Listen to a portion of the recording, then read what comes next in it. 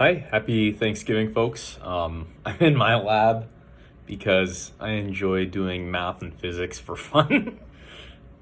Yeah, I don't know. I mean, I'm gonna hang out with people later today. Don't worry. But yeah, I'm here.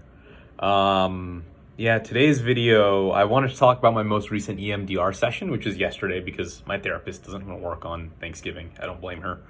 Um, Yeah, I processed some stuff regarding racism I dealt with during middle and high school.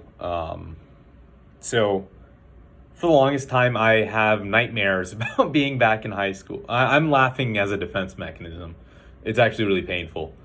I've had nightmares about being back in high school, and there's this one guy specifically who I would get picked on by him every day or most days, and he just said a lot of things that really hurt.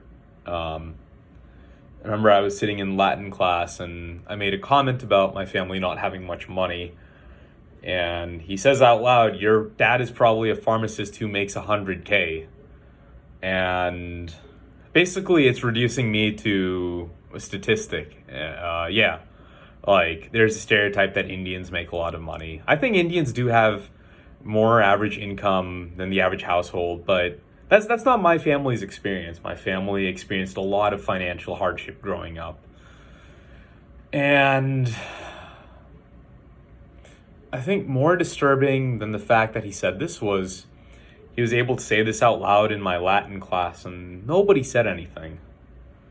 And then there would be times where he'd basically mock the Indian accent, or he would say my name, Shivam Gandhi. It was horrible, and I didn't feel like I could ever do anything.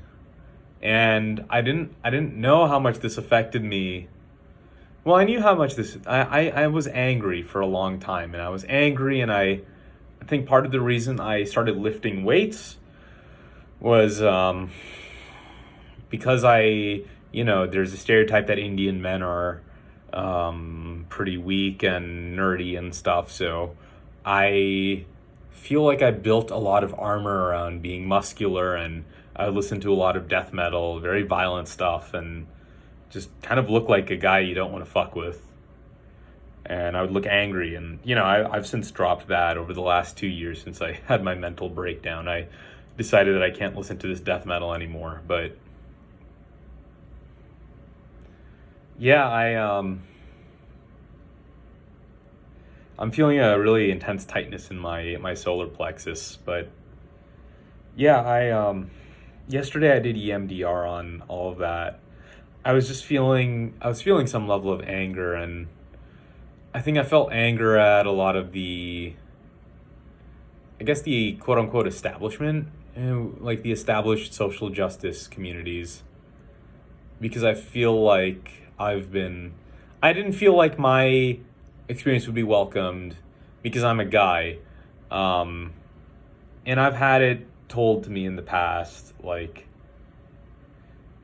I can't speak about something because I'm a guy, and it's hard because I already do struggle with this idea that I don't find that there'd be many people that cared. And that's how it felt during high school, that like nobody cared. And I do acknowledge that there are a lot of things that make it easier as a guy.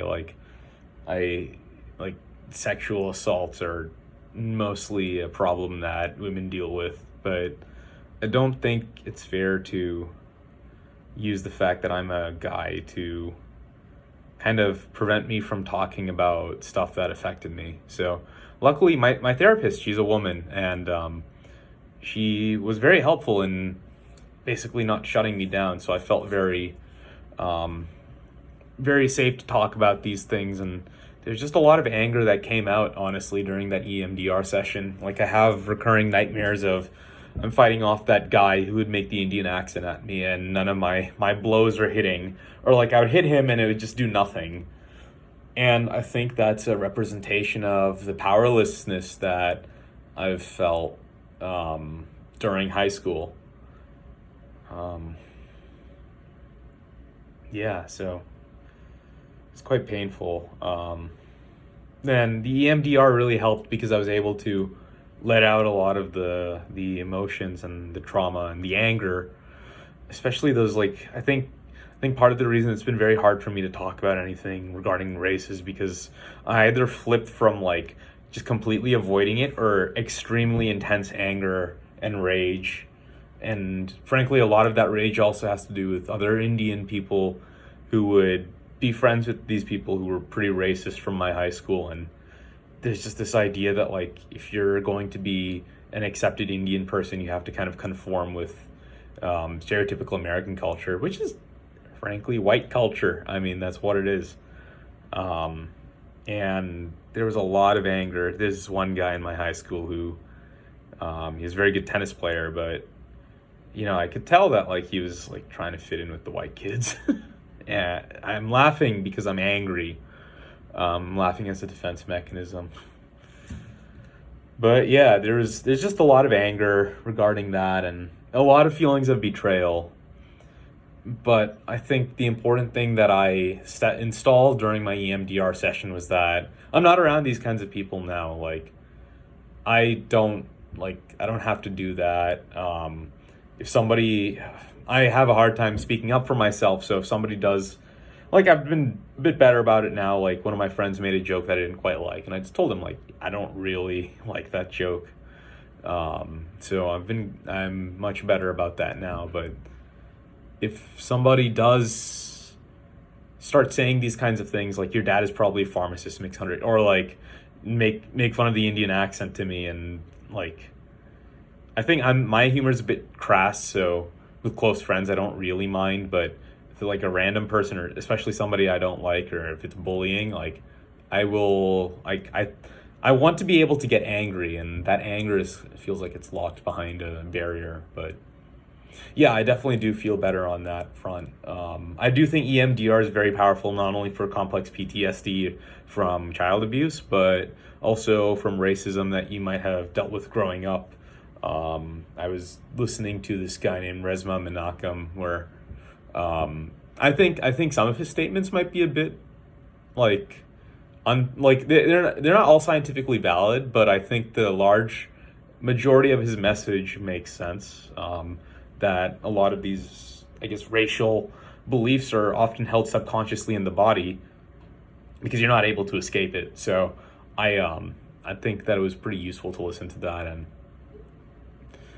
I'm processing this stuff. I think it's relatively, I've processed a bunch of anger regarding my family, of course, but I think it's a newer thing. It's not as directly relevant to my day-to-day life, but it's still there. So yeah. And if you're an Indian man, then I want to tell you that, like, fuck the stereotypes. But also therapy is a really good option.